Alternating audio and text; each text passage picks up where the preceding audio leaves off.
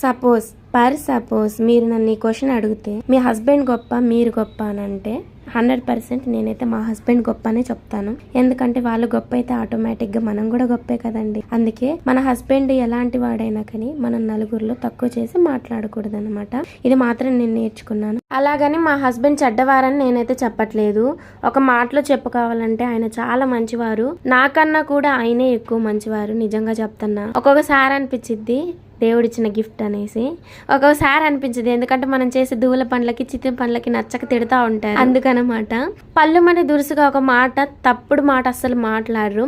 ఆలోచించి మాట్లాడుతూ ఉంటారు. అందుకు మా ఆయన అంటే నాకు చాలా ఇష్టం, అభిమానం. నాకనే కాదు పెళ్ళైన ప్రతి ఒక్క ఆడపిల్లకి హస్బెండ్ అంటే ఒక రెస్పెక్ట్, గౌరవం ఉంటుంది కదా. మా ఆయన నాకు ఫ్రీడమ్ ఇచ్చారు. నాకంటే ఒక గుర్తింపు ఉండాలని ఆగిపోయిన నా చదువును కంటిన్యూ చేపిస్తున్నారు. ఇంతకంటే ఒక ఆడపిల్లకి ఏం కావాలి? అందుకే this video dedicated to my husband.